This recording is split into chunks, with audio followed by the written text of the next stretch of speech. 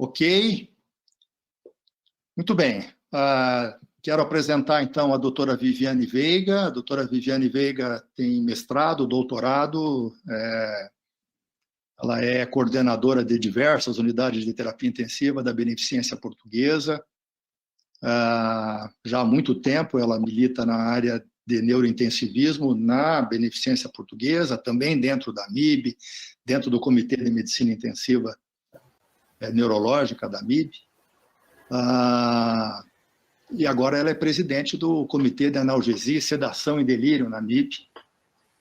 Não sabia que você era a futura presidente da SOPAT, parabéns, está eleita, acho que possivelmente toma posse em 2022, né? A partir do ano que vem.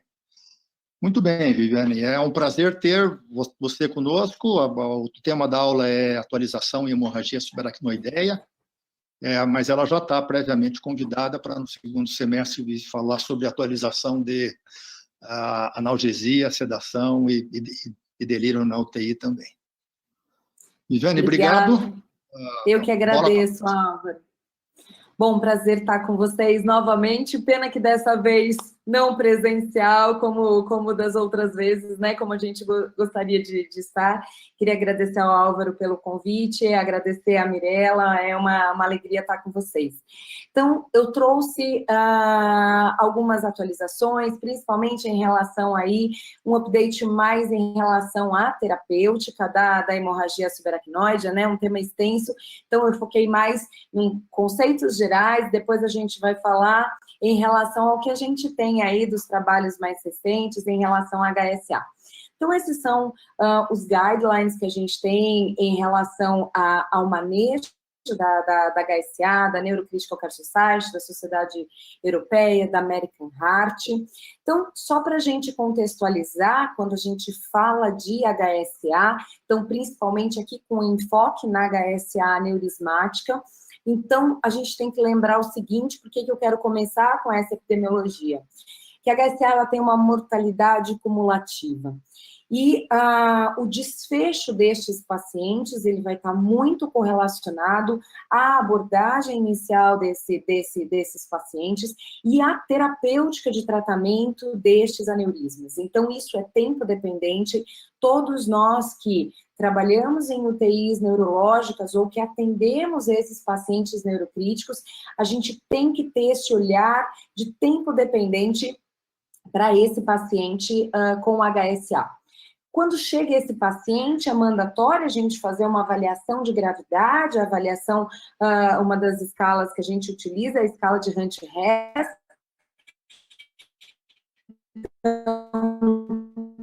Quanto maior a escala de Hunt-Hess, então pior clinicamente está esse paciente. Associado a isso, a gente precisa também correlacionar com uma escala tomográfica, ou a escala de Fischer modificada. Então, a gente vai o quê? Qual é o objetivo dessa escala, né? Da gente utilizar uma escala tomográfica? É correlacionar a quantidade, a distribuição desse sangue, para a gente ter até um parâmetro, um prognóstico em relação à isquemia cerebral tardia. Então, aqui a gente tem, esse é um trabalho bastante interessante, publicado no New England, um artigo de revisão, publicado em 2017, e falando que a primeira coisa, o primeiro objetivo deste tratamento, da abordagem desses aneurismas, é o quê? É a abordagem de tratar o aneurisma. Então, isso vai prevenir o ressangramento. A abordagem tanto de forma endovascular ou cirúrgica, a gente vai falar um pouquinho disso mais para frente, mas prevenir a ruptura significa, esse é o primeiro objetivo desse tratamento. Quando a gente fala de risco de um novo sangramento, isso também a gente está falando em tempo. Então, este risco desse paciente ressangrar, ele é maior nos primeiros dias e ele acaba tendo aí um platô nos dias subsequentes. Mas vejam que no primeiro dia a gente tem esse trabalho, é um trabalho antigo, mas bastante interessante, mostrando que a gente tem uma alta chance de ressangrar esse paciente. Então, aqui, quanto mais precoce a gente abordar esse aneurisma, obviamente com as medidas associadas, que elas devem ser implementadas, melhor o prognóstico desse paciente. E aí, quando a gente pensa em ressangramento, a gente pensa em quê? Temos fatores preditores de ressangramento? Então, esse é um trabalho publicado na Stroke, em 2012, mostrando que vai ser preditor de ressangrar. A hipertensão arterial, então aqui nesse trabalho ele mostrando uma pressão sistólica maior que 160, a presença de cefaleia sentinela, perda de consciência na admissão, o status neurológico desse paciente à admissão e o tempo para tratamento do aneurisma. Esses são alguns dos fatores preditores relacionados a ressangramento. E quanto mais precoce a gente tratar esse aneurisma, melhor. Então, aqui, por exemplo, a Neurocritical Care Society, ela fala em menos de 72 horas. Mas a gente sabe que quanto mais precoce a gente conseguir tratar, melhor, visto que esse ressangramento no primeiro dia, ele é muito grande. O risco, né, de ressangramento. O diagnóstico, então, quando a gente fala desse paciente, quando chega para a gente com uma suspeita de HSA.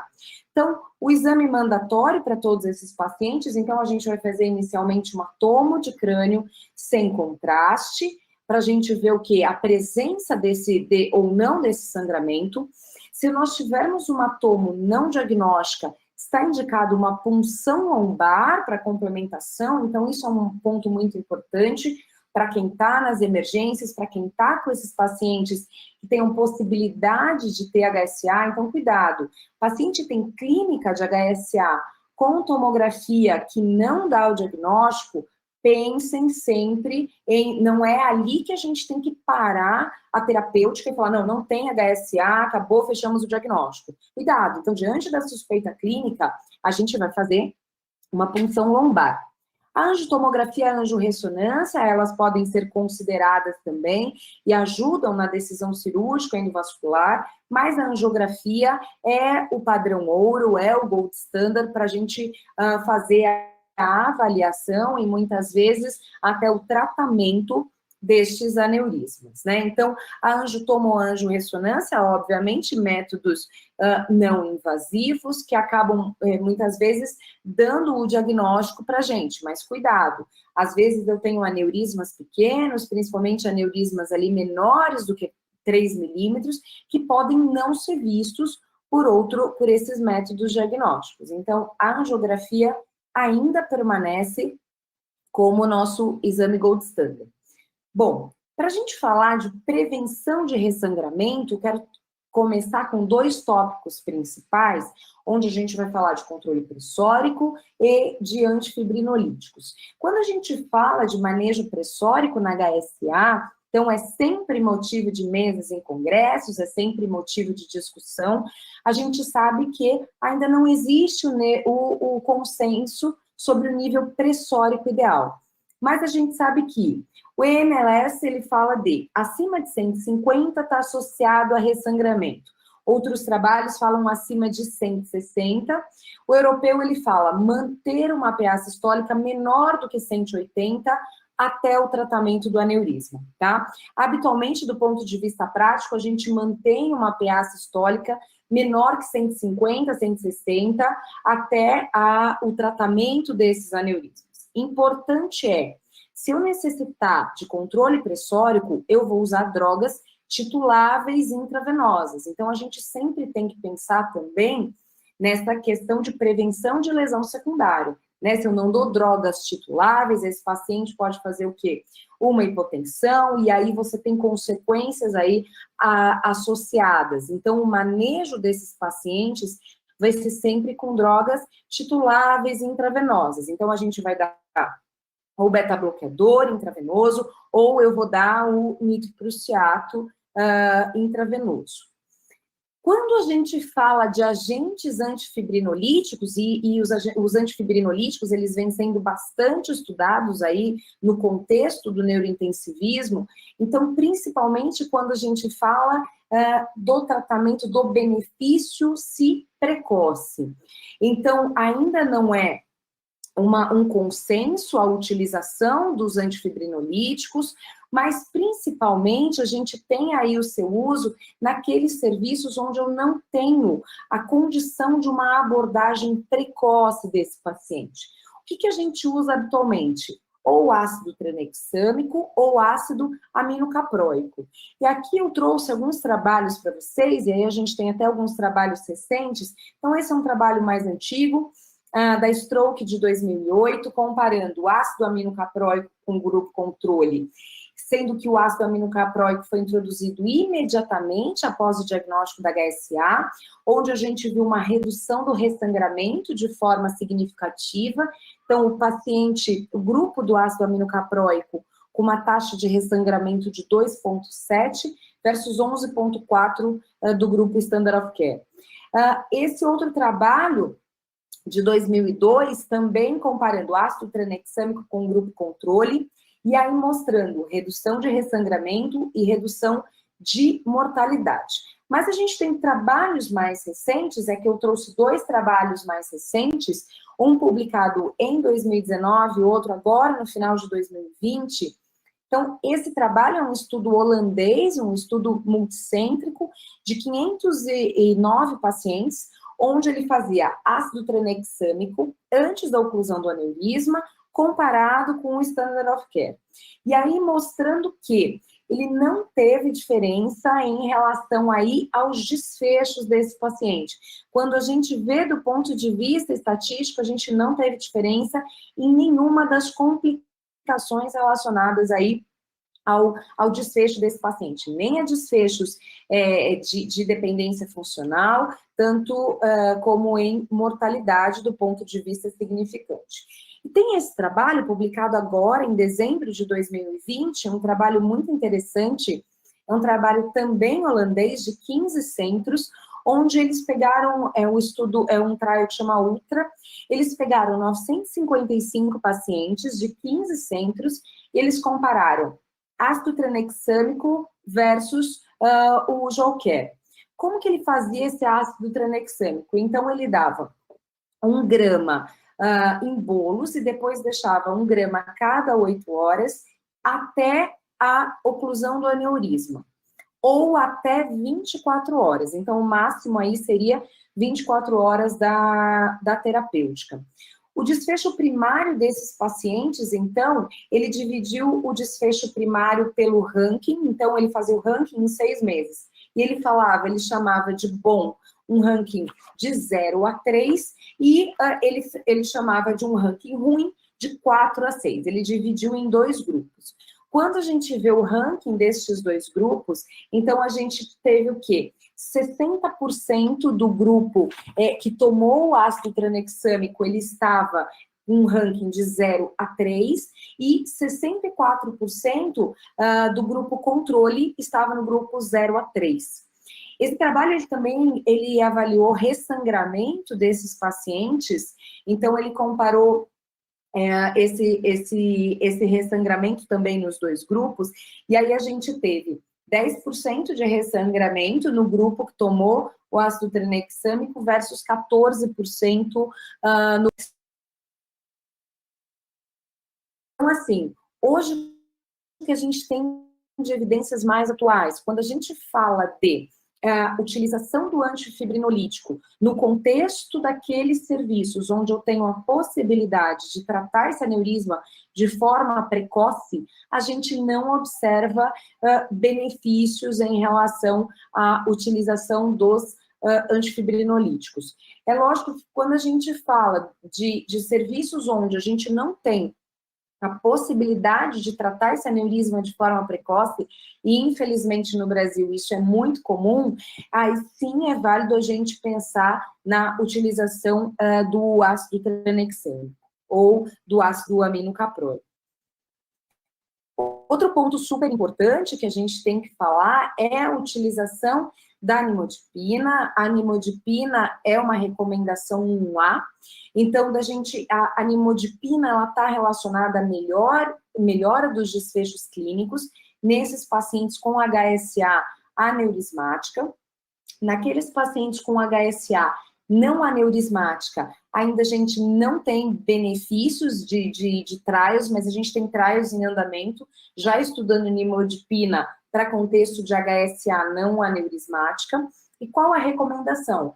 É dar 60 miligramas a cada 4 horas por 21 dias, tá?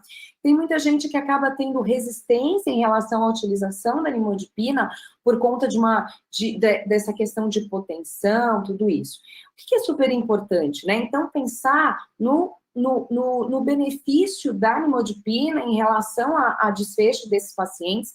Então, se esse teu paciente estiver tendo muita hipotensão, uma coisa que a gente pode fazer é a gente reduzir a dose da nimodipina 30 miligramas a cada 2 horas, ao invés de fazer 60 miligramas a cada 4 horas, tá? Mas, e lembrar que a gente tem que introduzir essa nimodipina logo na admissão e manter por 21 dias, tá? Então, esse é um trabalho antigo do BMJ, mas que ele é um trabalho bastante importante, onde ele fala realmente aí do benefício em relação ao desfecho com a utilização da nimodipina. A questão da anemia, né? Então, o próprio editorial que o Renan apresentou antes da apresentação, já falava, um dos tópicos ali, quando a gente fala de lesão tardia, a gente está falando relacionado à anemia. Então, quando a gente está falando do paciente crítico em geral, a gente sabe que depois de 48, 72 horas, esses pacientes frequentemente têm anemia por N motivos no contexto da terapia intensiva. A anemia é muito comum nesse paciente com HSA, então trabalhos mostrando aí uma prevalência de até 50% desses pacientes com HSA, depois de 3 dias pós-ruptura. A gente tem também fatores de risco para anemia pós-HSA, como a idade avançada, o sexo feminino, uma baixa hemoglobina na admissão, e ele está associado a pior prognóstico. Mas o que ainda a gente tem de incerteza? Qual que é a hemoglobina ideal para esses pacientes, né? Então, a gente tem o quê? Alguns estudos mostrando que hemoglobina maior do que 11 está relacionado a menos infarto cerebral, só que, por outro lado, a gente tem inúmeros trabalhos mostrando os malefícios, né, de transfundir os pacientes de forma indiscriminada no contexto da terapia intensiva de um modo geral.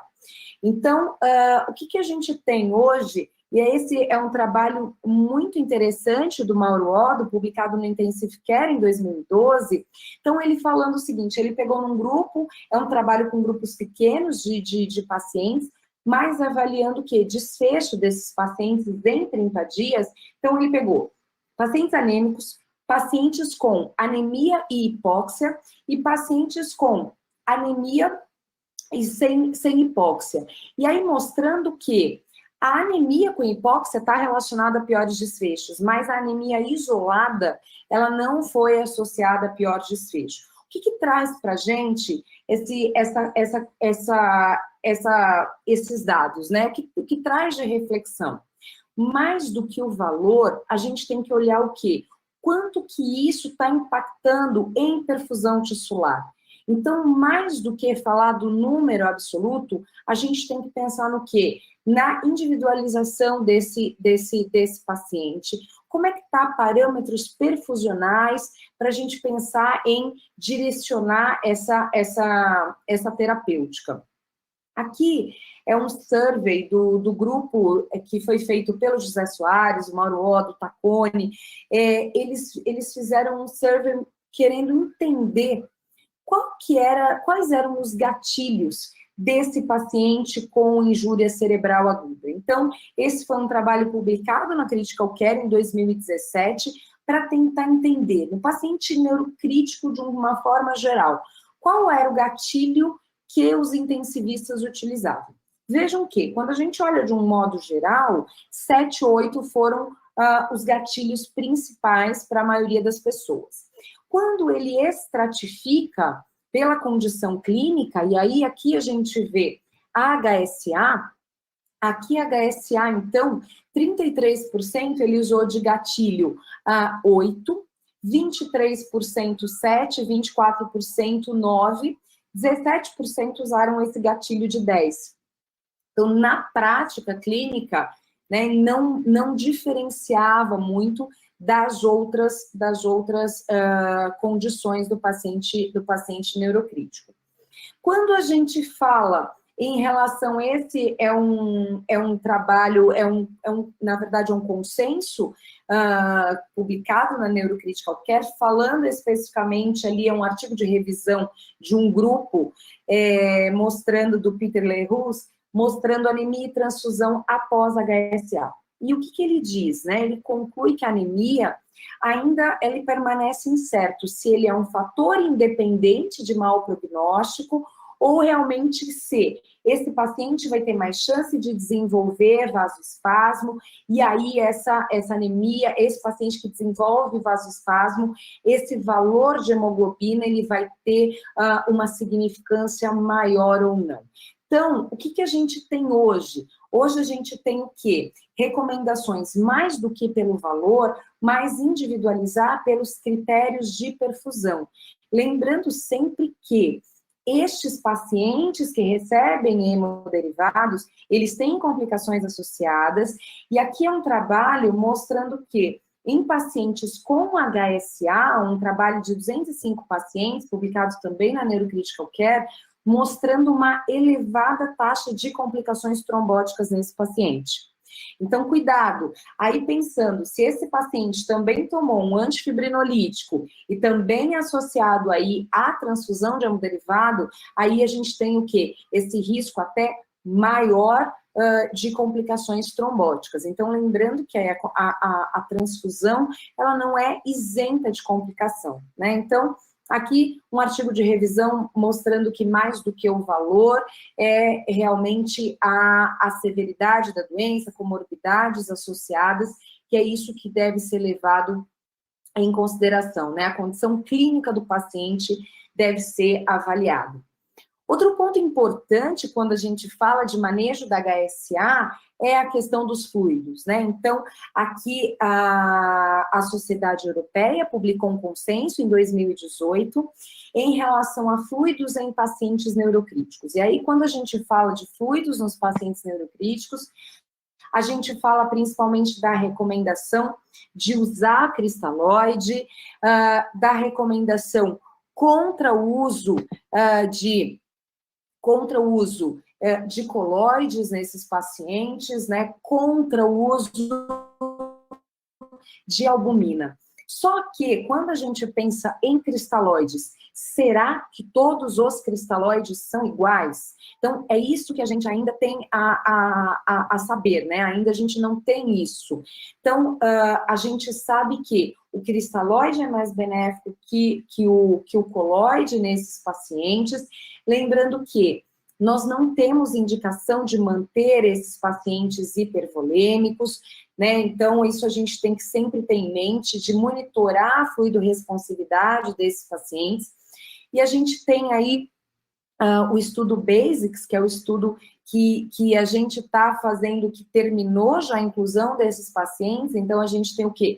Comparando soro fisiológico com solução balanceada, e a gente está analisando agora um grupo de pacientes neurocríticos. Então, a gente tem um N aí de mais de 400 pacientes neurocríticos, e justamente tentando entender se dentre os cristalóides nós temos diferença em relação a dar solução balanceada ou dar soro fisiológico. Então, em breve aí a gente vai ter uma resposta aí num estudo com um número de pacientes significativo. Outra questão importante quando a gente fala de HSA é em relação aos anticonvulsivantes. Então, uma questão importante os anticonvulsivantes, eles são para todas as HSAs. Então, hoje a gente sabe que anticonvulsivante não é uma obrigatoriedade, não é uma recomendação unânime entre as sociedades. Então, ele pode ser considerado em algumas situações, mas o que a gente já sabe naqueles pacientes sem crise convulsiva ou estado de mal não convulsivo, se a gente for optar por dar o anticonvulsivante, ele tem que ser por um período curto. E aí o período mais indicado nos guidelines, eles falam de 3 a 7 dias, né? Quem são os pacientes, então, que eles têm que tem maior risco de ter convulsão quando a gente pensa, eu vou dar para todos os pacientes, né?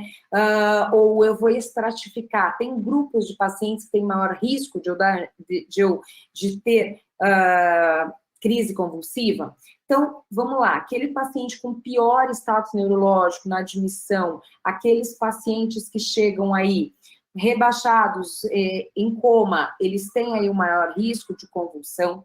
Aqueles pacientes com aneurisma de cerebral média, aqueles pacientes com ressangramento, com hematoma intracerebral associado, com hidrocefalia, com isquemia associada, são pacientes que vão ter maior risco. Quando a gente pensa qual é o montante desses pacientes que têm crise convulsiva pós-HSA, a gente está falando de 8% que tem crises convulsivas. Mas se a gente monitora esses pacientes, a gente já está falando de um montante de até 40%, que tem estado de mal não convulsivo, tá? Quando a gente fala de status epiléticos, a gente está falando de 0,2%. A recomendação da Sociedade Europeia, ela fala o seguinte, então ela fala que não tem evidência que suporta de forma profilática, já a American Heart, ela fala que pode ser considerado. No nosso serviço, aqueles pacientes com HSA aneurismática, a gente deixa de forma profilática, mas por um período aí de até uma semana. Mas isso ainda a gente tem controvérsias na literatura, tá? Aqui, a recomendação da Neurocritical Care Society, então, falando que ele não é recomendado para todos os pacientes, mas ele pode ser considerado. E se ele for usado, ciclos curtos de 3 a 7 dias. O mais utilizado é a fenitoína, lembrando que nós já temos trabalhos mostrando que a fenitoína usada a longo prazo, ela pode estar relacionada a declínio cognitivo. Outras terapêuticas anticonvulsivantes vêm sendo estudadas justamente para minimizar esses efeitos colaterais da fenitoína. Aqui, só comparando, esse é um trabalho interessante, falando de crise convulsiva relacionada à abordagem terapêutica do aneurisma. E aí mostrando que aqueles pacientes que tiveram abordagem cirúrgica, eles têm maior risco de crise convulsiva quando comparado à abordagem endovascular.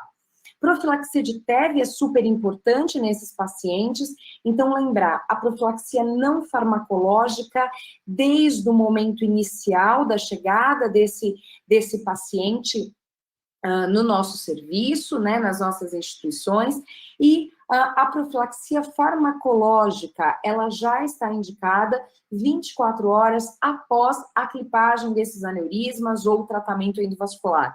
Então, o guideline da Neurocritical Care Society, ele já fala que com 24 horas a gente já está autorizado a iniciar a profilaxia farmacológica. Outra questão importante é o controle da temperatura. Então, lembrando que nós não temos indicação de hipotermia, mas pensando na hipertermia como lesão secundária, como possibilidade de ser um dos gatilhos para a gente ter lesão secundária. Então, o controle da temperatura é muito importante também nesses pacientes. Então, é não deixar esse paciente fazer febre. Quando a gente fala de tratamento do aneurisma, a gente está falando de quê?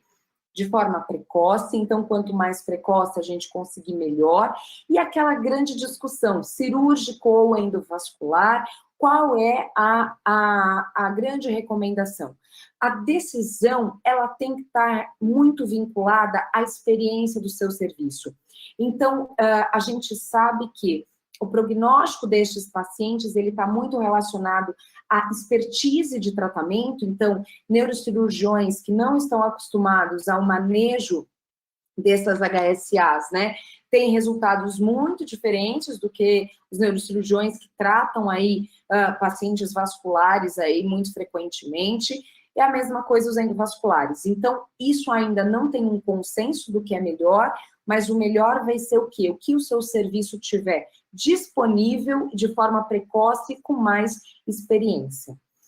Queria falar um pouco sobre deterioração neurológica tardia, que é muito importante. Então, quando a gente pensa em deterioração neurológica tardia, a gente está falando de isquemia cerebral tardia, hidrocefalia, edema cerebral, a própria febre e infecções possivelmente associadas, a crise convulsiva e distúrbios hidroeletrolíticos são as causas mais frequentes de deterioração neurológica tardia nesses pacientes. E aí eu vou dar um enfoque principal, a isquemia cerebral tardia.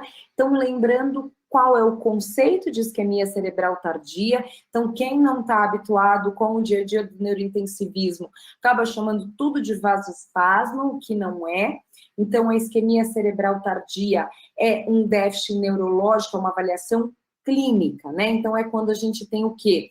Ou um déficit neurológico focal, ou que a gente perde pelo menos 2 pontos na escala de Glasgow em menos de 1 hora, não atribuível às outras causas. Vasoespasmo é um diagnóstico de imagem, então, ou visto pela angiografia, ou visto pelo Doppler transcraniano.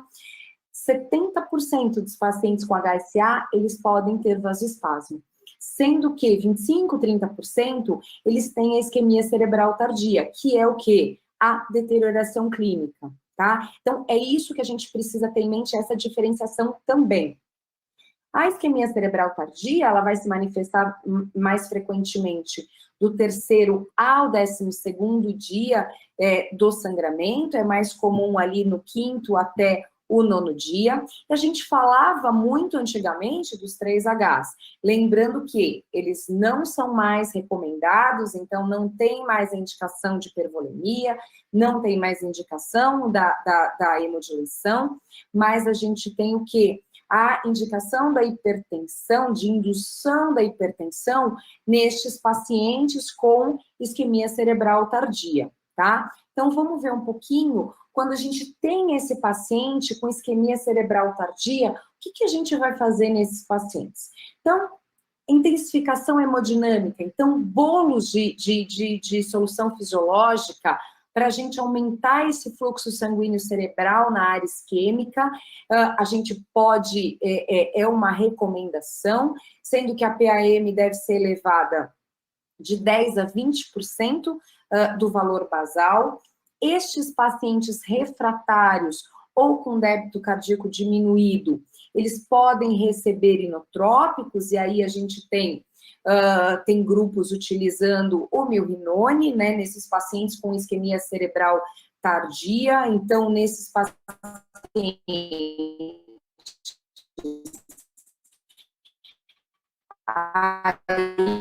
fazendo que o protocolo, tem o protocolo de Montreal, que aqui, na maioria dos serviços que utilizam o milrinone, a gente acaba fazendo um pouquinho diferente do protocolo de Montreal habitual, o que é descrito, né, porque a gente acaba não fazendo o bolos, né, a gente acaba fazendo o milrinone na dose de manutenção.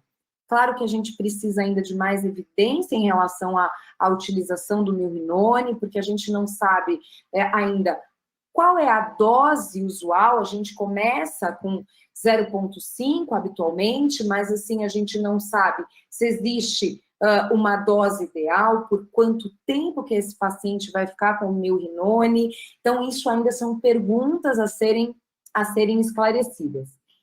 Esse aqui é um resumo que eu gosto bastante de um paper publicado no Jornal da Cleveland Clinic. Ele fala o seguinte: quando você tem um paciente com uma deterioração neurológica, com a isquemia cerebral tardia, você tem que fazer o quê? A tomada rápida de decisão. Então, você vai o quê? Você vai induzir a hipertensão, então você dá o quê? Você dá volume para esse paciente. Se ele não responder, então, se ele não teve a completa resolução do déficit neurológico, o que você vai fazer? você vai induzir a hipertensão. Então, aqui ele fala de induzir até num step de pressão sistólica de 180, 190, até 200 de sistólica. Mas veja que se em até 2 horas a gente não tiver reversão, considerar o quê? Levar para angiografia, balonar esse paciente. Então, a gente tem que ter tomada rápida de decisão. Alguns pontos importantes em relação, a gente se falava muito em relação à simvastatina, onde a gente não teve benefício em relação ao desfecho desses pacientes, então hoje a gente não tem a recomendação, assim como a questão do magnésio, a reposição de forma sistemática de magnésio para esses pacientes.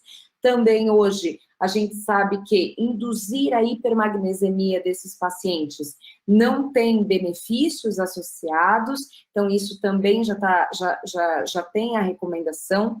Alguns trabalhos mais recentes vêm estudando o cilostazol, também como uma proposta aí para esses pacientes, mas ainda faltam trials randomizados para a gente poder realmente trials com um número grande de pacientes, que a gente tem muito pouca coisa descrita na literatura em relação a isso.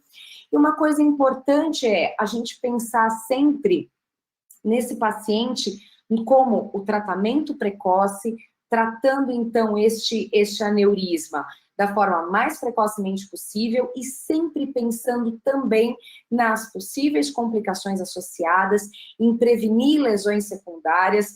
Esse aqui é um trabalho, é um artigo bem curtinho da Intensive Care, mas bem legal, né, que são aí coisas que se acreditavam, que hoje já caíram por terra dentro do neurointensivismo, né? Então, os 3Hs. Então, lembrar que hoje a terapêutica dos 3Hs, a gente não tem mais a recomendação, tá bom?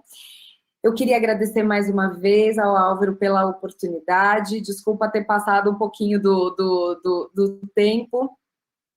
Eu estou à disposição. Deixa eu só parar de compartilhar a minha tela. Muito obrigado, Viviane. Ótima. Se você passou do tempo, é porque o tempo era curto. A gente já combinado um tempo maior, mas não passou, não. Foi bastante bom. Tá bom. Acho que a doutora Viviane está aí à disposição um pouco para perguntas, para comentários. Eu vou fazendo aí algumas perguntas enquanto vocês se estimulam. Acho que ela rapidamente fez uma revisão da abordagem rotineira de um doente com hemorragia subaracnoideia, a importância que tem o prognóstico de evitar o ressangramento e esse doente ter o aneurisma tratado o mais rápido possível, o ácido tranexâmico para aqueles que eventualmente não podem fazer um tratamento nas primeiras 24 horas. Acho que os serviços, a maior parte dos serviços aqui em Curitiba conseguem fazer esse tratamento, então que ele seja reservado para aqueles doentes que eventualmente tenham que ser transportados ou que tenham alguma dificuldade para poder fazer o tratamento, seja endovascular na maior parte das vezes ou a cirurgia geralmente na manhã do dia seguinte. Nimodipina para todo mundo. Fluido euvolemia. Acho que a Viviane já sabe, solução salina ou solução balanceada, qual que é melhor, mas ela só vai contar daqui a algumas semanas. Ela tem todos os dados e possivelmente o estudo deve estar já sendo submetido à publicação, mas isso ainda é segredo. Mas, por enquanto, eu posso dizer que solução salina é melhor que Ringer lactato só por causa da quantidade de sódio para esses doentes ou não?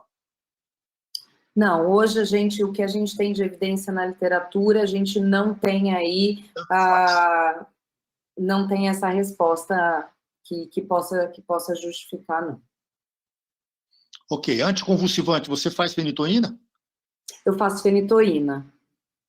Faz dose de ataque de fenitoína? Faz fenitoína? Geralmente, o que a gente faz? No centro cirúrgico ou na hemodinâmica, os cirurgiões lá do grupo ou o pessoal da endovascular tem feito dose de ataque, 15 a 20 miligramas por quilo, e depois deixa a manutenção, e aí a gente deixa de 5 a 7 dias. Só importante, acho que uma coisa que veio agora quando você me perguntou, Álvaro, lembrando que muitos desses pacientes estão tendo crises, mas não sintomáticas, né? A gente não consegue ver se é um estado de mal não convulsivo. Esses pacientes com HSA, que têm rebaixamento de nível de consciência, de forma inexplicável, com tomo sem alteração, peçam um eletroencefalo, vão atrás de procurar a crise convulsiva nesses pacientes, que é fundamental também, que às vezes é um diagnóstico que muita gente esquece de fazer e está relacionado a prognóstico. Ou seja, sempre que o doente tem uma piora clínica, uma diminuição do nível de consciência tardiamente, depois de 48, 72 horas, não taxar esse doente como vasoespasmo. Exato. Né? O doente pode ter isquemia cerebral tardia é a causa mais comum, mas a gente precisa de afastar todas as outras potenciais causas de injúria neurológica, inclusive estado de mal não convulsivo. Exato. Está olhando, às vezes até o doente tem vasoespasmo, mas o vasoespasmo não é clínico, e ele tem piora, na verdade, por causa de crise convulsiva que não foi identificada pela inexistência do eletroencefalo, ou de não fazer o eletroencefalo rotineiramente nesses doentes. É isso. E pensar em hidrocefalia também, né? Muitos desses pacientes acabam tendo rebaixamento de nível de consciência por hidrocefalia. E aí a conduta vai ser o quê? A conduta vai ser a colocação de uma derivação, né? Então, aí vai ser uma derivação ventricular externa, e aí depois a gente vai avaliar no dia a dia se ele vai ficar shunt dependente ou não, para ver se esse paciente vai precisar de uma derivação ventriculoperitoneal ou não. Ok, afastado todas as outras causas, possivelmente esse doente deve ter isquemia. Muita gente se satisfaz com uma tomografia mostrando que não tem lesão. Então, você tem utilizado tomografia de perfusão, por exemplo, para poder, de alguma forma, auxiliar de que há um distúrbio de perfusão, mas ainda sem necrose, e que essa perfusão precisa ser otimizada. A gente tem utilizado a anjo com perfusão, então se você tem disponível, né, a tomo com perfusão no seu serviço, eu acho que vale a pena a gente olhar a perfusão, porque isso vai ajudar nesse manejo desse paciente. Tem usado sim. Ou seja, a maior parte dos serviços hoje tem tomo de perfusão, até porque isso auxilia também no doente com doença cerebrovascular isquêmica, com AVC isquêmico. Mas acho que a gente tem que enfatizar de que isso pode ser bastante útil, às vezes até de forma repetitiva, no doente com hemorragia subaracnoideia mais grave. Correto? Exatamente. Doppler. Doppler nestes pacientes. Esses pacientes com HSA, Fischer 3 e Fischer 4, Doppler diário, a gente faz como protocolo, tá? No paciente que tem um Fischer 1 e 2, na admissão, a gente faz um Doppler no dia da admissão nesse paciente, a gente também faz, mas aí avalia de acordo com a performance neurológica ao longo dos dias. Fischer 3 e 4, Doppler diário. Carol, você quer fazer alguma pergunta? Carol, algum comentário? Caroline? Oi, doutor, quero fazer uma pergunta assim. Oba! Então, em relação ao uso da milrinone, eu vi num artigo que foi publicado em 2016 que o Critical Care diz que você usa mais o inotrópico para talvez aumentar o débito cardíaco e aí com isso aumentar o fluxo sanguíneo cerebral. E aí ele dizia que no caso, se o paciente, por exemplo, evoluir com hipotensão, você associar droga vasoativa, vasopressora, tipo noradrenalina. Queria saber se você faz isso. Usa o milrinone para aumentar o débito e se ele ficar hipotenso, você usaria a noradrenalina? Sim, fazemos isso, então a gente usa uma dose de milrinone. Então, começo com milrinone, 0,5 micrograma quilo minuto, e aí eu posso chegar até 1,5 micrograma quilo minuto, geralmente não chego a isso, fico com uma dose de 0,5 a 0,7, mas se for preciso, associo noradrenalina sim. E é bem comum ter que associar esse paciente com isquemia cerebral tardia, que a gente vai precisar também trabalhar com uma pressão mais alta, então associo sim. E o paciente que, por exemplo, fez o milrinone intra-arterial, ele obrigatoriamente tem que usar depois na UTI, é bom ou não? Contínuo? Geralmente a gente tem usado, sim. Faz na bomba posteriormente, sim. Mas isso não é um consenso entre os serviços, tá? Tem serviços que fazem o intra-arterial e depois só faz o intra-arterial se reverter o déficit ali para. Mas o que eu já vi acontecer, fazer o intra-arterial, manter sem a bomba, depois o paciente volta a ter déficit. Assim como também já vi utilizar o milrinone, 1, 2 dias, tira, volta o déficit, aí volta o milrinone. Então, isso a gente também não sabe quanto tempo de milrinone. Eu acho que isso seria, aliás, bem interessante para pensar num trial, né, em relação aí a essa questão do milrinone, a questão de dose, a questão de tempo, a questão do acompanhamento aí do milrinone. Eu acho que são perguntas ainda que a gente precisa responder, que ainda a gente é muito do beira-leito ali, a gente não tem evidência robusta na literatura para essas questões. Acho que eu posso, a gente podia definir de que o mais importante na presença de uma possível isquemia neurológica tardia é aumentar a pressão arterial. O vasopressor é sempre mais importante. Se você não conseguir reverter, aí sim, eventualmente, um inotrópico pode te ajudar em cima do aumento já da pressão arterial. Tá Esse certo? é o ponto. Não adianta, também acho, não adianta usar o inotrópico com o paciente hipotenso ou normotenso, aí não vai adiantar. Induzir a hipertensão. Alguma outra questão? Alguma outra pergunta? Rafa, acabei de te ver aí, obrigado. Quer fazer alguma pergunta para a Viviane, tua colega? Rafael? Doutor, sobre o uso da estatina. Já pergunto lá, vamos ver lá.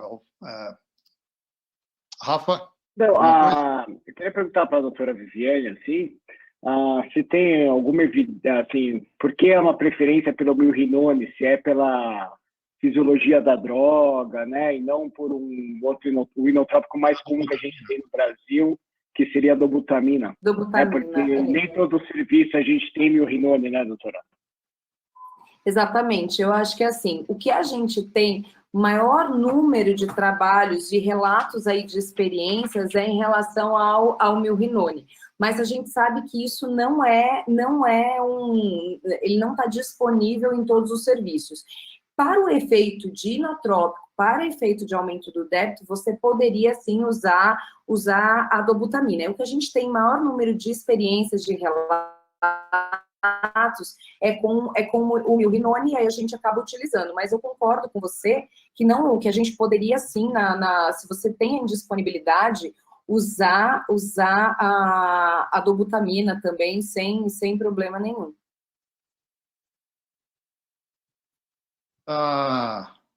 Houve uma pergunta aí a respeito da estatina, né? Uma ideia que a gente tinha uns anos atrás, de que a doença era muito mais microvascular, endotelial, pudesse ser prevenida com a simvastatina. Acho que vale um comentário teu a respeito disso.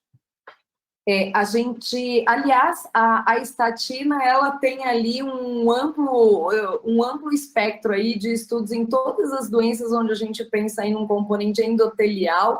A gente tem vários estudos com estatina em várias condições clínicas. Tem para SARA, tem para HSA, tem inúmeras situações.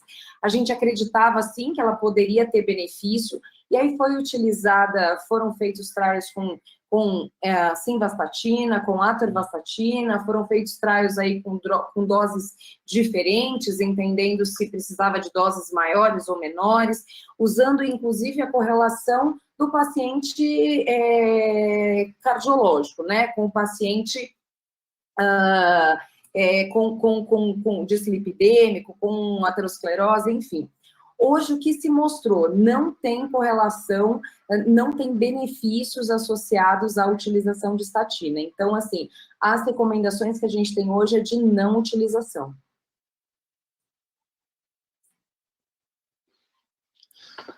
Muito bem. Aquela história, né, não é que não há evidência a favor do tratamento precoce, há evidência de que o tratamento precoce não funciona. Exato. Há evidência de que não funciona. Precisamos de parar de falar que não há evidências a favor, né? Ou seja, tem verdade. 2 grandes trials com 40, com 80 miligramas, não funcionou, infelizmente. Não funciona nenhum. Então, assim, economiza, não dá estatina para esse pessoal. Muito bem. Acho que estamos chegando no final. Queria um comentário da Mirela, o fechamento. Mirela. Oi, Vivi, tudo bom? Oi, Mirela. Tá boa? Tudo e você? Tudo bom também. Bom te ver, mesmo à distância. Bom te ver também, que saudade, né, querida? Pois é. Então, eu queria que você fizesse algum comentário final sobre hemorragia subaracnoide traumática. Muito comum, né? Eu que tenho... nós que temos muitos leitos de trauma, sempre aparece a questão, né? A hemorragia subaracnoide traumática é diferente? Como é o manejo? Você podia falar um pouquinho para a gente? Sim. Bom, a gente fala em relação à hemorragia subaracnoide traumática, né? Então, vamos lá. Primeiro, a gente tem ali um espectro diferente, e tudo vai depender, obviamente, do tamanho aí, da gravidade, né, da extensão dessa hemorragia traumática. O que a gente tem de diferente? Então, quando a gente pensa na hemorragia traumática, então, a questão da nimodipina aqui, a gente também não tem evidência de utilização, apesar de que tem trials em andamento em relação à utilização da nimodipina, mas no momento não. A gente tem que pensar principalmente no quê? No manejo, principalmente em prevenção de lesão secundária desses pacientes. Então, é o controle pressórico desses pacientes, é a prevenção de eventos secundários, então fazer prevenção de TEV, pensar uma coisa que muitas vezes a gente esquece, nas HSAs de um modo geral, né? Muitos desses pacientes hoje que a gente recebe são antiagregados, são anticoagulados, suspender essas medicações desde o momento da admissão e entrar com profilaxia de TEV. Controle glicêmico desses pacientes, não deixar fazer febre, manter o volêmico. Então, e a questão dos anticonvulsivantes também ainda não é um consenso, leva-se muito em consideração qual que é a extensão aí dessa hemorragia, desse sangramento, e de forma individualizada. Então, basicamente, o que a gente tem que pensar nesse paciente, nessa abordagem inicial, é pensar em relação a prevenção de lesão secundária nesses pacientes, com todas as particularidades aí envolvidas, tá? De uma forma muito resumidinha, é isso. Ótimo, Vivi, obrigada. Beijo para você. Beijo, Mirela, obrigada. Muito bem, Vi, quero agradecer novamente aí a tua participação, a tua aula, é ótima.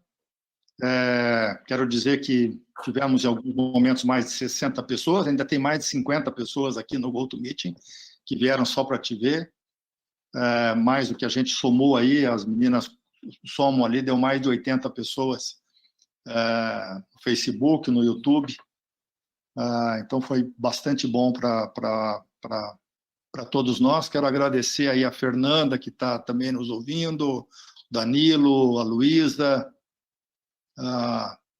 enfim, e todos os nossos... Oi, Vivi. Oi, Fê, tudo bem? Quer fazer alguma pergunta, Fê? Não, foi ótima a aula, excelente. As aulas da Vivi são sempre ótimas, muito bacanas, esclarecedoras e sempre coisas bem aplicadas para a nossa prática do dia a dia. Obrigada. Obrigada, Fê. Muito bem. Então, Vi, obrigado, boa noite. E Álvaro, obrigada.